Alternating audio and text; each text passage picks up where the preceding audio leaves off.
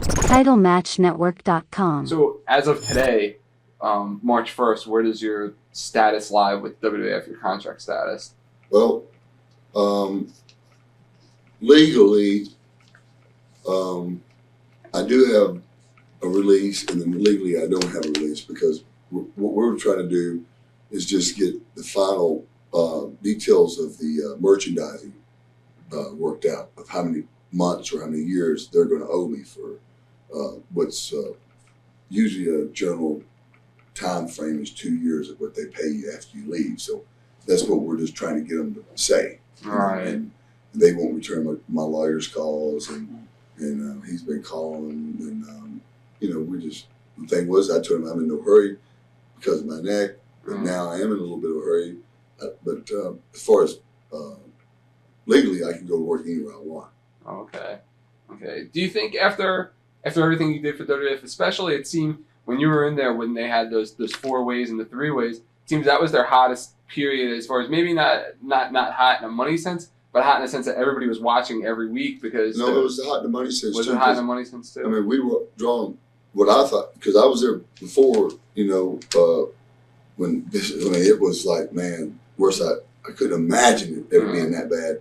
And then when I came back, it seemed like it jumped back up real good. And it just kept getting better and better and better. When we kept adding things like me and Brett, me and Sean, blah, blah, blah, me and Taker, me and Austin. That was the thing about it was, too, that was a proving point. I drew money with everybody I worked with, Austin, to Mankind. Me and Mankind did $180,000 in Nassau. And the time before that, Vader and Sean was on top of $40,000. So yeah, it's a big difference, and there's no issue there. So I think that the one thing, too, is everybody knows that I really have a strong following in the North. Mm-hmm. And that's where I've really drawn most of my money. All right, definitely. I mean, it just, with all that being said, how do you take it with everything that, I mean, basically, Vince called Brett a pain in the ass. It seems like they're being a pain in the ass, as far as, as you go.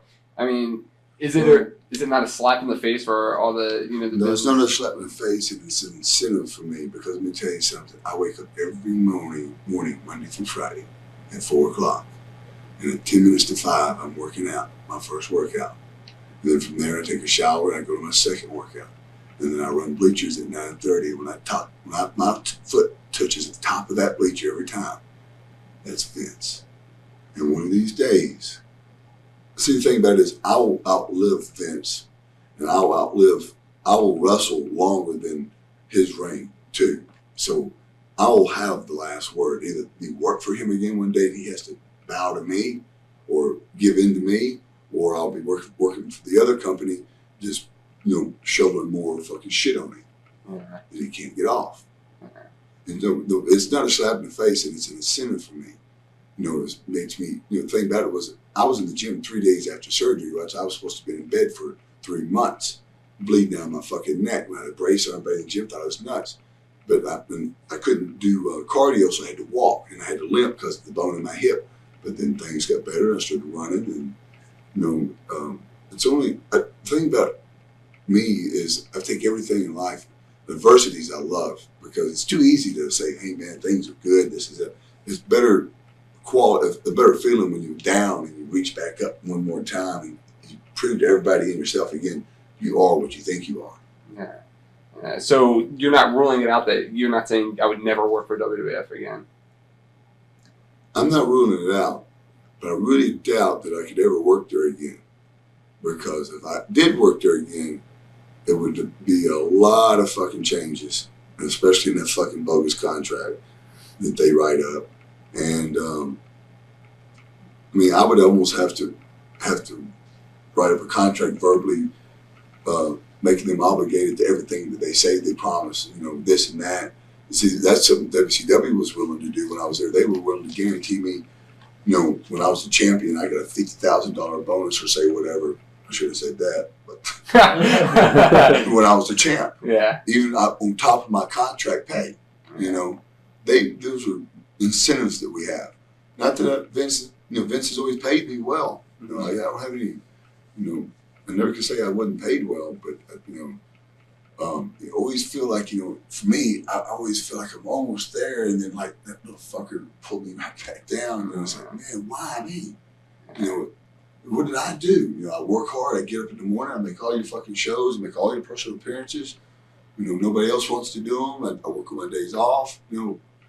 Why can't you let me have that 1-2 year run that I'm looking for? So it was wild because it seemed in '97 that you got there, then you pull you down, then you got there, then you pull you down. You know why? Because I'm not a product of Titan Sports. I'm an entity of myself, and that might sound a little cocky, but just a few of us are like that. Yeah. All right. That is why Vince's resentment has towards me, and that's why I don't think Vince would probably never hire me again, because he knows I am bigger than him. Just 3 more questions and wrap it up. You said you wanted to be a booker someday. All right, play the role of booker here with everything, and you've been in all roles in this situation, with everything that's happened between Shawn and Brett, and it came down to letting one go and keeping one of the other. If you were the booker for business at the time, what would you say? What would your decision be? What would you tell Vince if you were Vince's assistant booker? I'd keep them both. Yeah. Business wise. Yeah. Because that's the thing about business that I was actually, one of the things Vince sort of taught me was business is business, and that I might not personally like the way a guy acts, but we can get around that. And if he can draw me money, I'm gonna keep him. Yeah. So to answer that, I would try to keep both of them. Yeah. Other question. The other 2 major wrestling companies in the United States, ECW and WCW, would you work for either of them? Or? Well, it's funny you said that, because I was supposed to be in the pay-per-view tomorrow night. Yeah. And I was given an offer of what I was going to be paid. Chris Candido was doing the middle work. I said, look, Chris, I said, tell Paul to call me and stop, chicken dick. Paul did call me. However, it was the night that I was working for Lawler. And I did try to call him several times from my mobile phone out of my truck, but his phone that I was getting kept saying it was out of reach or something like that. So when I got home, it was 12:30, 1 o'clock, so I didn't call him back. And I've never heard back from him. But actually, I did hear back from Chris. He said it's all, came up with this weird deal about a script they had to write out about this and that. And said, well, this is what we wanted to do was have a tag match. You be the mystery partner, and we have Leaf come down and win the match. I said, hold on a minute. I said, nothing against nobody. I said, but I'm not coming into a territory and nobody's going to win my first match for me. Yeah. I said, if you want me to draw money or come in and help a company or a territory draw money, that's not how you do it. What we do is we come in and I beat somebody, and then you bring Bigelow down, you have him powerbomb me to the fucking ring or something like that. But that's who they wanted me to work with down the road, was Bigelow and Shane. Yeah. So, the thing was, I should have beat Shane, and Shane should have brought Bigelow down. They did the damage to me, and then maybe double powerbomb me, which my idea was. Yeah. And it was all a go, as far as I knew. And they said, we'll send you some tickets, this and that. And I never heard from them. Wow.